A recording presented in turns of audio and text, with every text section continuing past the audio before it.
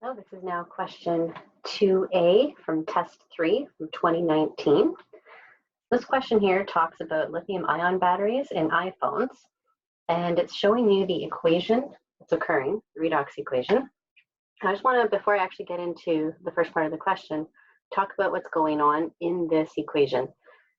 So with this compound up here, which in your notes you have a plus there, depends on how you're seeing it. Either there's lithium plus with carbon, either graphene or graphite, or just like this. So what it really is you have lithium ions, free electrons, well, not really free, and graphite, so just being represented as C6. So this is those sheets of graphite you guys learned about in class, where the electron can, this one electron is located within that delocalized system, the localized pi system, so it can kind of travel throughout the entire layers.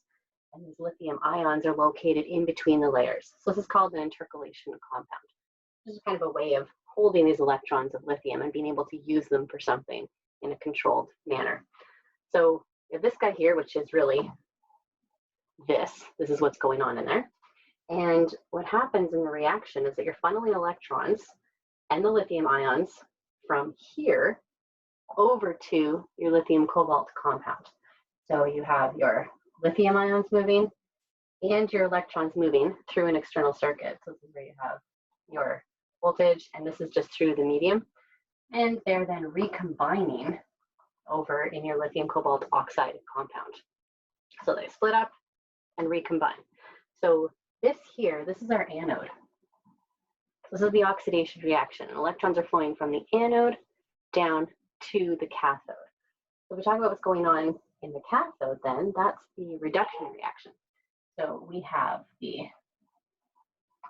cobalt oxide going to lithium cobalt oxide. So within here, this would be -2, this will be +4. So if you look at your electron or oxidation states over here, oxygen is still -2, lithium is in group 1, so it's +1. That makes this cobalt +3. So you have had a reduction. And if you look, if we were to balance the rest of this, right, you have a lithium plus and an electron that's all within this reaction. So one electron is doing this reduction right here. The important takeaway from here is that for every lithium that's charged or discharged, you have an associated electron. So it's 1-to-1 lithium ions to electrons.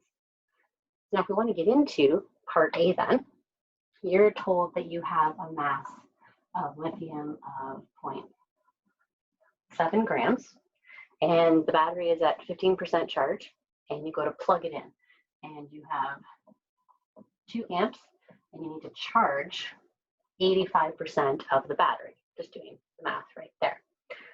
So that means you need to recharge 85% of the mass of the lithium that you had.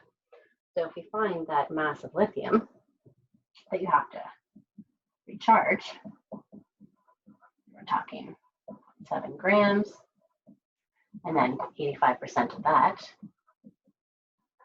so 0.595 grams of lithium is what we're talking about. So we can now transfer that into moles of electrons, because we know our relationship is 1-to-1 lithium to electron. So we need to find our moles of lithium. It's going to be equal to our moles of electrons. So that will be 0.595 grams over 6.941 grams per mole.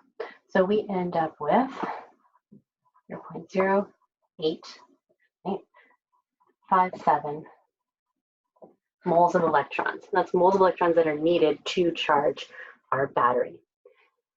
Remember our equations now.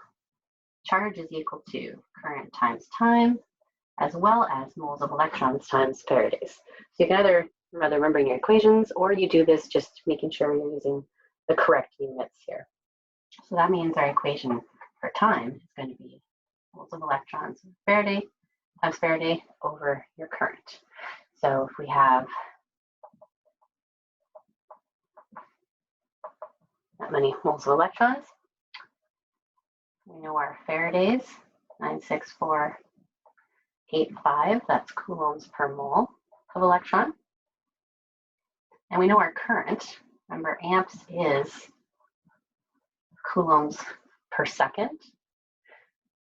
So this in the end will give us seconds. And when you do figure this whole thing out, you get 4,135 seconds, which is about 1.15 hours to recharge our phone with this current.